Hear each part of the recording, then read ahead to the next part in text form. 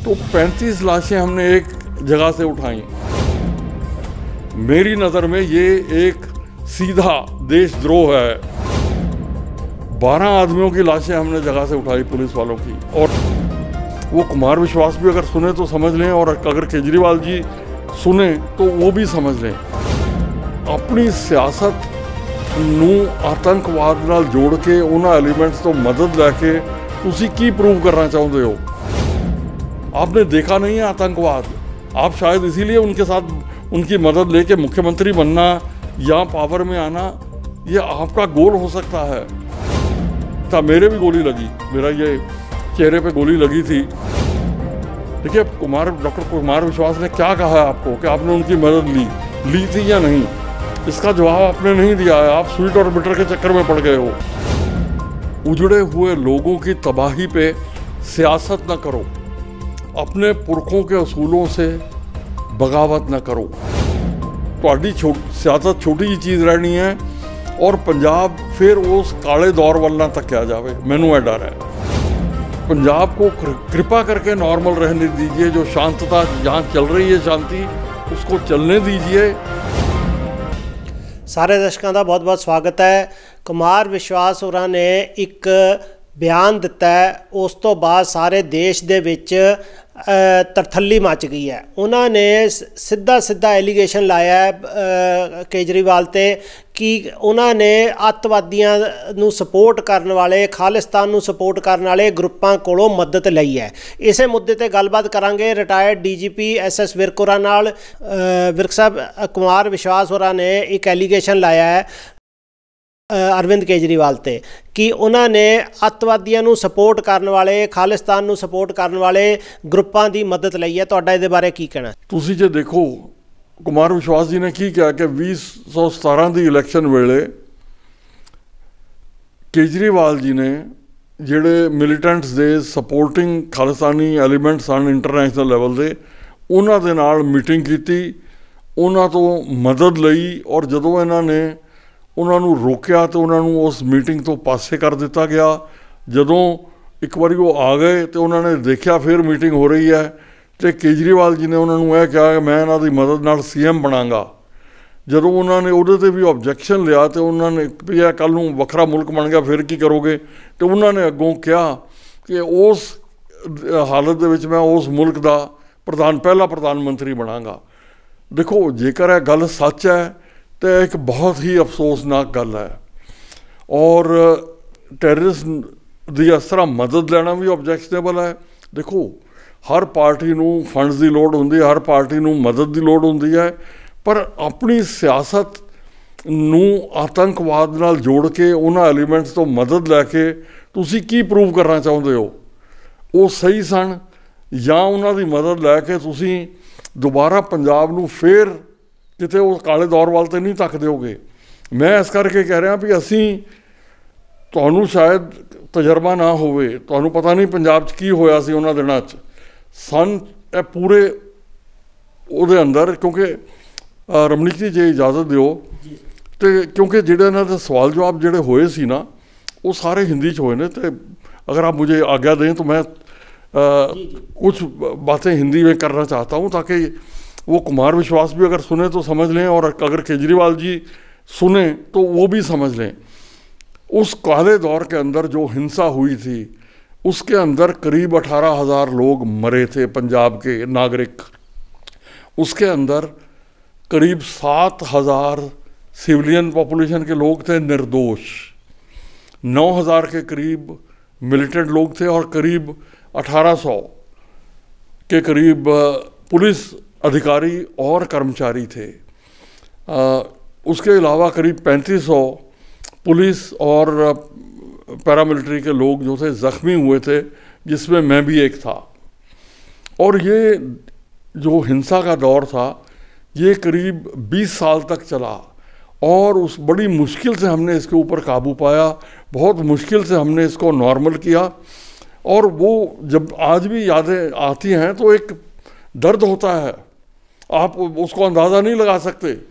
मैं एक बार तेर रमज़ा करके एक गांव था, वहाँ पर पता लगा गोली चली है। मैं चला करीब 3:30-4 बजे अमृतसर से चला, पट्टी के पास वो गांव था, मैं वहाँ पहुँचा। छोटे छोटे घरों में गांव के अंदर लोग लाशें मिल रही थीं। मैं ढूंढता गया तो 35 लाशें हमने एक जगह से उठाई, जिसके अंदर सबसे बड़ी उम्र की एक औरत लेडी थी, 85 साल की उसकी उम्र थी, और जो सबसे छोटा बच्चा था वो करीब 6 महीने की बच्ची थी, जो पालने में पड़ी हुई थी।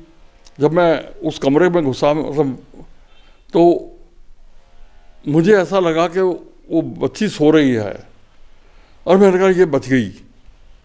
तो मैं जब उसको हिलाया तो वो हिली नहीं। मैं उसकी फ्रॉक उठा के देखा तो उसकी छाती पे इतना बड़ा होल, राइफल ना किसी ने लगा के ऐसे कर दिया। अब वो 35 लाशें हमने एक जगह पे जलती हुई देखी अगले दिन। वो जब याद आता है तो मैं आपको सच बताता हूँ, मतलब बहुत सी बार ऐसा होता है कि वो जब आपको वो काले दिन याद आते हैं, आप उठ के बैठ जाते हो। आपने देखा नहीं है आतंकवाद, आप शायद इसीलिए उनके साथ उनकी मदद लेके मुख्यमंत्री बनना या पावर में आना, ये आपका गोल हो सकता है। मगर उस तरह की एलिमेंट्स से मदद लेना और जो देश को तोड़ने में विश्वास रखते हैं, ये किसी भी तरह से राष्ट्रवाद या उसके हक की बात नहीं है। मेरी नज़र में ये एक सीधा देशद्रोह है अगर आप उन एलिमेंट से मदद लेते हैं। दूसरा, अब यही नहीं, मतलब वो पुलिसिंग के लिए आसान नहीं था। हम लोग लड़ रहे थे, पुलिस लड़ रही थी। अब एक बार पट्टी के पास में ही एक बार इस तरह से हमारी पेट्रोलिंग पार्टी जा रही थी, तो इन्होंने वहाँ जो एक डिच है डिफेंस की, वहाँ से एम्बुश किया। 12 आदमियों की लाशें हमने जगह से उठाई पुलिस वालों की, और अगले दिन जब वो जली तो मैं आपको सच बता रहा हूँ, पुलिस का मोराल सारा हिल गया था। बड़ी मुश्किल से हमने वो लोगों को, पुलिस वालों को समझा के, उनकी हिम्मत रखते हुए, खुद उनको लीड करते हुए हम लोगों ने वो समय निकाला। उसी ये आसान समय नहीं था। मेरे भी गोली लगी, मेरा ये चेहरे पे गोली लगी थी, तो और मेरे को करीब प्लास्टिक सर्जरी वगैरह होने में काफ़ी समय लग गया। ज़रूरी क्या था कि मेरे जवानों को मैसेज देना कि मैं ना सिर्फ सही सलामत हूँ, बल्कि मेरी हिम्मत टूटी नहीं है। मैं जिस दिन जहाँ मेरे गोली लगी थी, मैं फिर वहीं गया पहले दिन वर्दी पहन के। मैं जाकर उन जवानों से बात किया कि भाई आप लोग पूरे हिम्मत के हैं ना, पूरा जोश है ना आप में? तो बोले हाँ साहब बिल्कुल पूरा जोश है। उसी हमने वो 10-12 साल जो थे एक एक दिन करके निकाला है। वो बहुत भयानक दौर था, और उसको इतनी आप आसानी से मत लीजिए। मैं देखा हूँ आपने जो कुमार विश्वास जी के कहने पे अपना डिनायल इशू किया है। उसी आपने ये भी कहा कि मेरे को एक कवि ने आतंकवादी कह दिया, एक कवि ने आतंकवादी पकड़ लिया, मगर मैं आतंकवादी हूँ तो मैं बहुत स्वीट आतंकवादी हूँ, जो जगह जगह जाके चीज़ें बांटता हूँ, रिलीफ बांटता हूँ, पेंशन बांटता हूँ। उसी आप बांटिए। आप स्वीट हैं आतंकवादी हैं या बिटर आतंकवादी, हमें उससे कुछ लेना देना नहीं है। मेरा सिर्फ ये कहना है कि आप मुद्दे के, देखिए डॉक्टर कुमार विश्वास ने क्या कहा है आपको कि आपने उनकी मदद ली थी या नहीं, इसका जवाब आपने नहीं दिया है। आप स्वीट और बिटर के चक्कर में पड़ गए हो।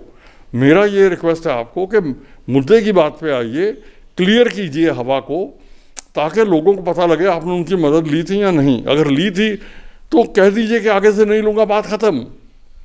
मेरा ये विचार है कि हमें किसी भी तरह से इस तरह के स्टेप्स मत लीजिए जो देश को तोड़ने की तरफ चले। या आप पंजाब में आए इलेक्शन लड़ने के लिए, आप लड़िए इलेक्शन, मगर कोई भी स्टेप ऐसा ना लें। देखिए पंजाब ने ये त्रासदी ये सन 78 के नज़दीक शुरू हुई थी, मेरे आने से 5-6 साल पहले, और उसके बाद बढ़ती हुई 95 तक चली है, करीब 17-18 साल, 20 साल। और अभी भी जो है हम उसको पूरी तरह से ख़त्म नहीं समझते हैं। तो पंजाब को कृपा करके नॉर्मल रहने दीजिए। जो शांतता यहाँ चल रही है, शांति, उसको चलने दीजिए। उसको अपनी सियासत के लिए पंजाब का इम्तिहान मत लीजिए। ये एक बहुत ही फ्रेजाइल एक शांति है जो थोड़े से भी उससे टूट सकती है। उसी एक उर्दू का शेर याद आता है, उजड़े हुए लोगों की तबाही पे सियासत न करो, अपने पुरखों के असूलों से बगावत न करो। मेरी रिक्वेस्ट है कि आप प्लीज़ ऐसे मसलों पे सियासत मत कीजिए।